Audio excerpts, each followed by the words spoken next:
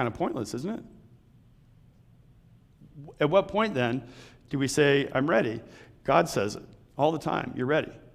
As a teacher, I always learned way more by doing than I ever did by learning and studying and reading. And I think that's the same for working in God's service.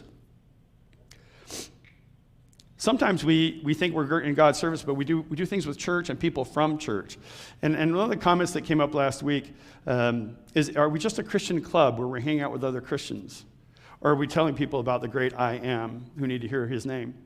Are we just repeating his name again and again for people who've already heard it? It's kind of an interesting question. I was listening to Luis Palau on the radio the other day, and he didn't use Christian club. He used Christian bubble, talking about the same thing. So apparently it's a pretty big deal. We live in a world of unbelief and skepticism. People are ignorant of God, but people need God more now than ever. Just look at the news. They need to be delivered and saved from the enslavement of death of this world. Knowing God is the highest calling of the Christian faith and a lifetime occupation. Philippians 3:10 says, I want to know Christ and the power of his resurrection and the fellowship of sharing in his sufferings, becoming like him in his death. Third excuse. We've had two, right? Who am I? Who are you? What's your name? Now we go into Exodus chapter 4. Third excuse. Moses says, well, what if they don't believe me or listen to me? It's probably a valid question, because for 400 years they've been in slavery in Egypt, and he got his information from a burning bush.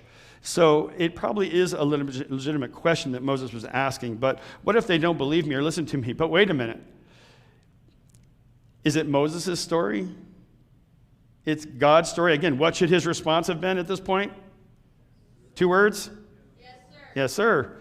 Right? But Moses is saying, what if they don't believe me? Well, but it's not his story. God's going to prepare the way and prepare the hearts. He just needed the voice.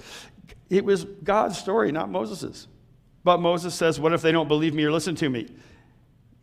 That's not his story. So self-worth. Maybe he didn't have the hazardous attitude here with self-worth. And the other end of the extreme of that would be impulsivity, which means I don't need God at all. I can just do it on my own. There's this range of attitudes here that we could have. But we got to start somewhere. Many of you know the Titanic, which sank in the Atlantic in the early 1900s. One of the problems it had was it was a big ship that had a small what? Rudder. It had a small rudder, which means they couldn't turn the ship in enough time. We're on a ship. We're on the black line, right? If we're on a ship, we're together, right? And if we never turn the rudder, will the ship ever turn? So even though when we're doing this work for God, right, what if they don't believe me or listen to me? If I don't turn the rudder at all, it'll never turn. We got to start turning the rudder at some point to get the ship going, don't we? And that's our job. We need to at least get the ship turning in the right direction, and then it'll pick up turn and speed. The opposite extreme of that is another Air Force expression we used to use when we had some people who probably should have never flown. We'd say, oh, that guy is all thrust, no vector, which means he went 1,000,000 miles an hour, but he wandered aimlessly, right? All thrust, no vector. We don't need that either, right? We need some guidance. It's about the black line. It's not about wandering aimlessly at Mach 2. There's an application here. God says, I'm going to give you all the proof you need through 3 signs. And Trey read them.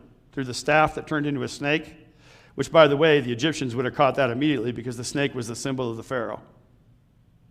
So if he has control over the snake, that means he has control over the Pharaoh. There's a lot of imagery in here. The leper, if God has a power over leprosy, then he has power over providing food and water in the desert, which he did. And the blood, that he turned the water into the blood. Our gifts should be used for God's service. We are gifted, and all of us in here are gifted with something different. So rather than making excuses, we should say, I can't do that, but I can do this. Right? We're using our gifts to serve.